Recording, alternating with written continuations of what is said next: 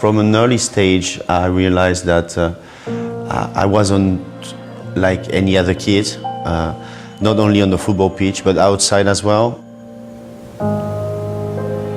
It seems to me that I had a goal in my life to complete.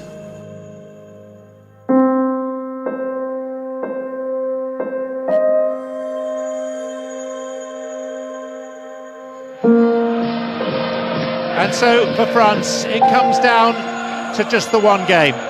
They need a draw. The Marseillaise being sung with extra gusto tonight. The final game against Bulgaria was so important, and the pressure and the stress over us, it was just terrible. To take all the blame was really hard to cope with. Seconds to go. France on the verge of clinching their World Cup place. But why has Ginola done that? All they needed to do was keep the ball. One last chance for the Bulgarians. He's not the only one who made mistake at that time. The manager did mistake as well. We all did mistake on the pitch. It's not only David Ginola who lost against Bulgaria at that time. We all lost. We were 11 plus the other players on the bench as well, so it was just an injustice about as a manager. I think a manager should take responsibility of his team when you are actually facing a defeat or an elimination for such an event like a World Cup. You have to take responsibility. I remember he lived such under bad pressure, him and his family. It was terrible. It was nonsense. Ça, c'est terrible. C'est terrible. I didn't decide to go to move to England because of that. It was an opportunity, but also I carry on playing for my country after that, but it wasn't the same.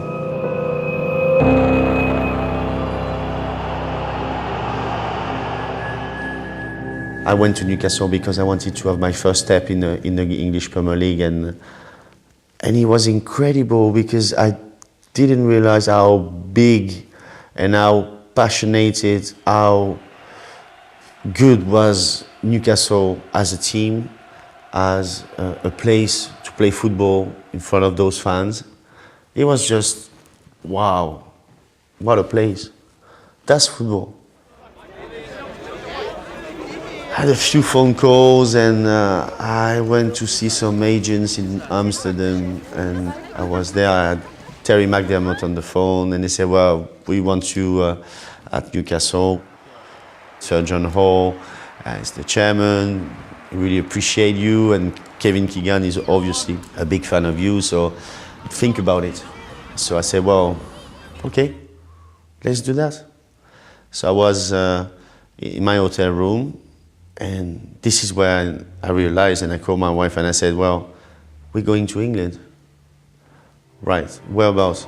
Northeast. He's different, you know, he's a different way of training. Sometimes almost, I suppose English players would call it taking the mick, but that's the way he plays, you know, he's got tremendous ability, and we're delighted with him, as I say, on and off the field. I think he thought I didn't like him, because what had happened was I realised just how good he was from the start. So when you're doing training sessions, we used to always do small-sided games. I would try and go in and get a challenge on David, you know, and I'd play at full pelt because I had to, because he was that good. And sometimes, because he'd moved the ball, I'd clatter him. And he was going mad at me once, and he's going, "Where's your problem?" You know, and all this and that, and he's throwing his arms around and everything else. And I was trying to explain to him that I'm learning. I remember the first away game at Sheffield Wednesday, my first goal in the English Premier League. He's taken no time to settle. That's wide! It's simply world class! On the way back, we went for a beer in town, and the people in town were just, wow, crazy. It was just crazy. From the man who may prove to be the finest foreign acquisition of the summer, And people started to say in France, well, English football is not a football for David, it's not suitable for him, for his style. My answer was Player of the Month in September. He's got two across to Ginola, and he takes them on, Austin and Fox. And he's got the better of both of them, a real chance for Newcastle, and the Frenchman here, 1-1. Away games, sort of thing. I think the English lads get a few cans of lager on the way back, and yeah, David would have a glass of wine and started lining up cigarettes, which I took offence to, and told Keegan I can't have people smoking in the back of our bus, which David thought was very funny. But no, he was he was totally different. It was a total culture shock, I think, seeing the Geordies and the way that our team spirit. I think he loved the area, I think he loved the people, and the fans loved him as well. As a centre forward, the service that I got from, Keith on one side and David on the other was absolutely sensational. I knew when he got the ball, all I had to do was make a run in the box and he'd find me. Inevitably, that's what he did. He'd get out on the wing, beat people, cross the ball, and at the start, first half of the season was absolutely sensational.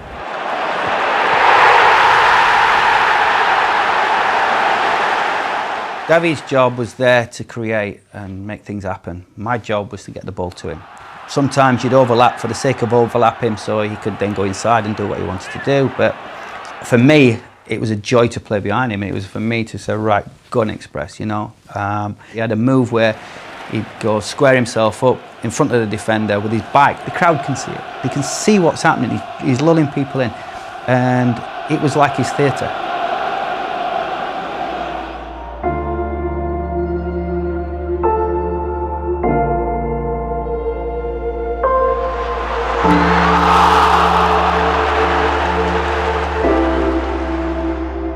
You can't put the blame on Keegan because we are on the football pitch. He could have made some better coaching, that's for sure. But on the other hand, it's about us to start believe that we can really make it. And I think when we started realizing that, we lost the concentration, we started to tremble, and that was the start of a change. And you're losing against Manchester United at home. Manchester United have struck. 6 minutes into the second half. We were not used to that. Before that, it seems so easy, playing games and winning and scoring goals. And all of a sudden, we just woke up and what's going on? Newcastle had blown the 12-point lead. And had they beat us at Anfield that day, they'd have closed the gap on United, put the pressure on, and things could have been very different. Ferdinand. That's great play in the control and the pass for Ginola. He's run beyond McAdoo. 2-1 to Newcastle. David Ginola.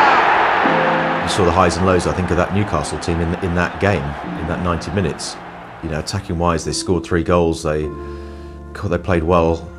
Caused us at the back of Liverpool all sorts of problems. We overpowered them. We were also, exciting team and scored 4. Barnes. Still John Barnes. Collymore closing in. Liverpool lead in stoppage time. Kevin Keegan hangs his head. He's devastated. That's why I think after the game at Liverpool, he lost the plot a little bit and talk about Manchester United because he started to realize that we needed more than just playing great football to win the league.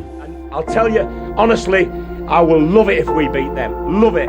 I think this season, this particular season, we should have, been lifting something at the end, and the major one. The league title. But anyway,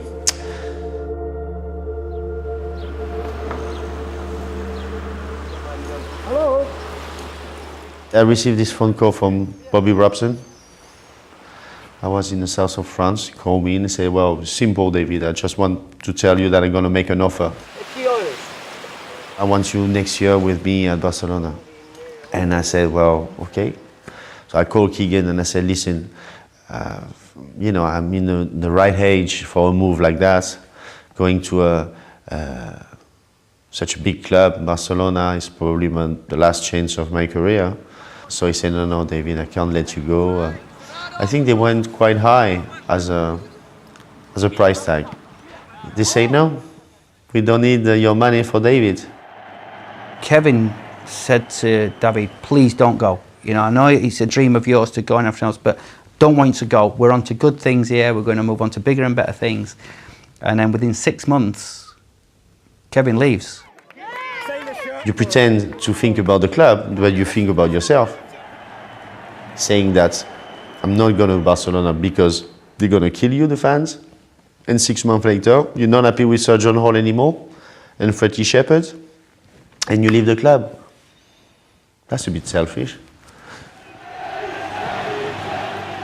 It's one of those players you have to put your arm around. There's no point in having a go at David Ginola, and you know that's the sort of manager Kevin was to him, and he got the best out of him. You know, I think when once Kenny came in, it was a slightly different style of management, and I think we knew that parting of the ways was inevitable in the end.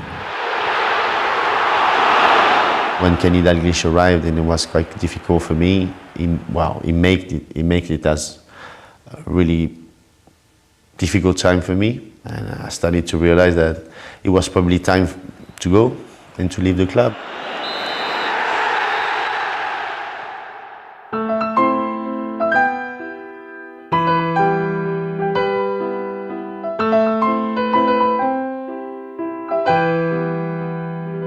I've been very lucky in my life, growing up in such an environment. This is the famous Brigitte Bardot village of Saint-Tropez, and this is the most amazing place. Love it. I had this phone call from Alan Sugar saying, well, I heard the people at the club that the deal is almost complete. I'm in Villefranche-sur-Mer on my boat. You are a Spurs player for next season. We'd love you to come and have a dinner on the boat with me. My friend is a skipper, and I said, do you have an offshore boat available? And he came back to me and said, well, I got a very fast one. So when we arrived at the boat, he was standing on the side of the boat, but he didn't realize it was us until he saw me. And he said, so we went on the boat, we went up, and we were ready to go back in the dark. And he said, you're a Spurs player now, so you will not, you're going to stay on the boat, you're going to sleep, and you leave tomorrow morning. Plenty of space for Ginola to gallop into. Armstrong. Vega has kept pace with the play. It comes for Ginola. Yes! It's like a love story. When you start first to love someone, at the beginning is always brilliant. You got sparkles in your eyes, and it's always like that. I really love playing for Spurs, and it was a great signing for me. Having David join was just, yeah, that sort of stardust that you sprinkle on the team, and you have players like that that you know can change a game, and you've got the quality in the rest of the squad that we had. I think we were right to be excited. I think the fans were right to be excited about that team at that moment.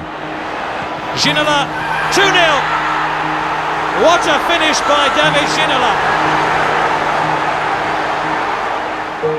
David plays in a manner that the Tottenham supporters, you know, they've always had a player like a David Ginola who plays that way, with flair, skill and ability, and you know he's always become a cult hero, and David was always destined to become a cult hero here. You know, he was sensational. In fact, he scored more goals here and became more direct at Tottenham than he was at Newcastle.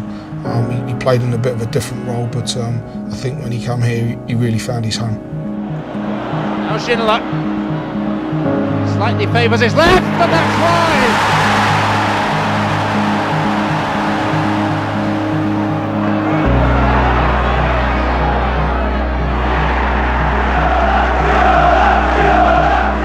'99 was probably the peak, you know, of seeing a player who had suddenly joined that pantheon of great players and specifically overseas players. They're taking a couple of chances there, and Ginola nipped in and could punish him, and has. I want to entertain, I want to be as good as possible, but I want to get back in the dressing room after the game thinking, well, job done. We had a good run in the Cups. We won the World Indian Cup. We played at Wembley. It was great to see the fans. They were so pleased with that. And I ended up the season Player of the Year. That was a bit of a shock for me. When I arrived at the Grosvenor House, I was looking at everyone was smiling at me, like it was something special, and I didn't know. And oh, David, you're gonna be surprised. When I heard such a first, say, well, this year Player of the Year, it's David Ginola. Wow. I remember the people in France who was saying about what my choice, it wasn't the best choice for me to play in England. So it's just a reminder for them that I play in one of the best, if not the best, championship in the world, and I'm very proud of winning this tonight. Up against United winning the treble, and what a team they were, and what, you know, individually, what great players they had in that team. I think that speaks volumes and says everything, that you can't argue with it, because it's the players around the Premier League at the time that are saying, yeah, the team hasn't done well, but David, what a great player he is. This is nothing better to receive an award from your fellow professionals. It was an honour. He was brilliant that year, and when he was at Newcastle, he was on the fringes of winning European Player of the Year because he was that good, and he came here and he was even better. One of his runs again, and one of his goals again! And I still couldn't understand how he hadn't won it, because not only should he have won PFA Player of the Year, but I thought that year he should have won European Player of the Year because he was that good.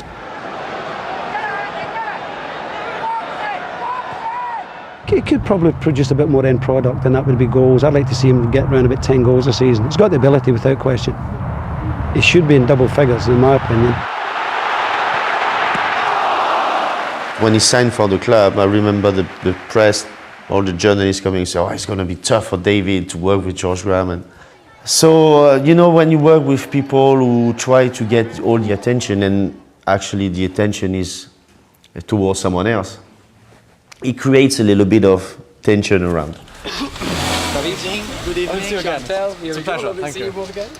You understand how much you mean to the Spurs fans?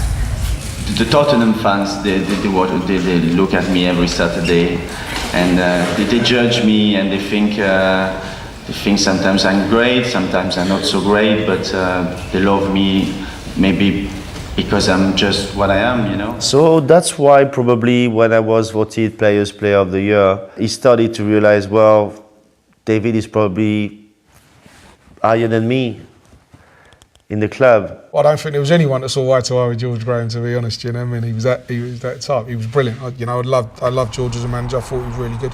You knew where you stood, but you know, I don't think David, the style of play that David had, was traditionally the type of player that George ever had in his team.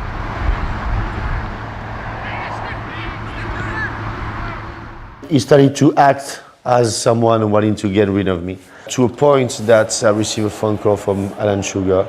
He was in Spain, and he said, David, I had this request from George Graham. He wants to put you on the transfer list. I said, you know what I told you that I want to stay at the club. I want to end up my career at Spurs, and you are telling me that I'm on the transfer list.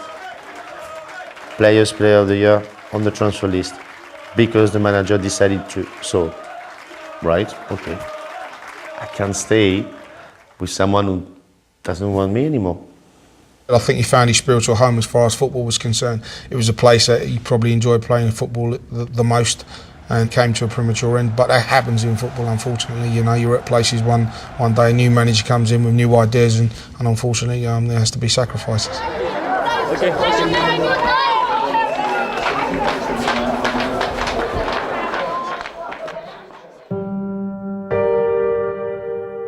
I knew when I left Spurs that I will not, at 32, 33 years old, build something as strong as what I did previously. Signing for Villa, money was right, everything seems to be right, but it wasn't. It's difficult time. No, it was difficult to especially end up my career like that. Plenty of things in my mind. I could have played America, I could have played anywhere, but I didn't want to move. I didn't want to go and play in a country if it wasn't for football itself. John had his way of dealing with players, and he probably on the odd occasions chose the wrong way to deal with David, you know, which is down to man management and getting to know your personalities in the dressing room. And I think David may have not played the way that John liked to play, which is get back, work hard. You know, David he's a flair player. Leave him to do what he's got to do. And once they got that sorted, I think they were fine. The thing about John Gregory calling David fat, I can't remember the gaffer calling David fat at all. And as we all see, when he takes his top off, he's not fat. It was one of those things that you had to work together, get on with it. You produce the goods for me, I'll play you. Simple as that.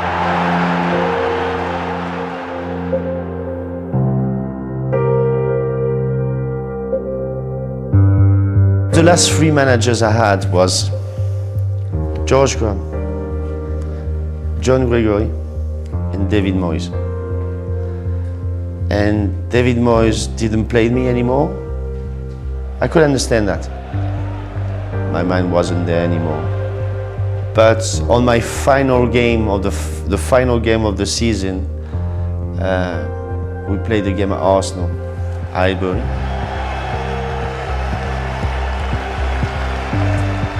We never spoke on the pitch, never spoke, only spoke once, and that was the day that he retired. Oh, good ball.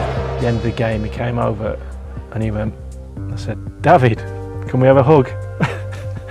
We had a little hug, and he said, you just kicked lumps out of me for the last 10 years. And I said, yeah, but you've scored some good goals against me as well. And there was a mutual respect there that there still is today, and we are good mates.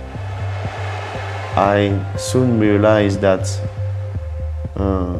football was all my life, and I miss the game, I miss the dressing room, I miss my relationship with the fans.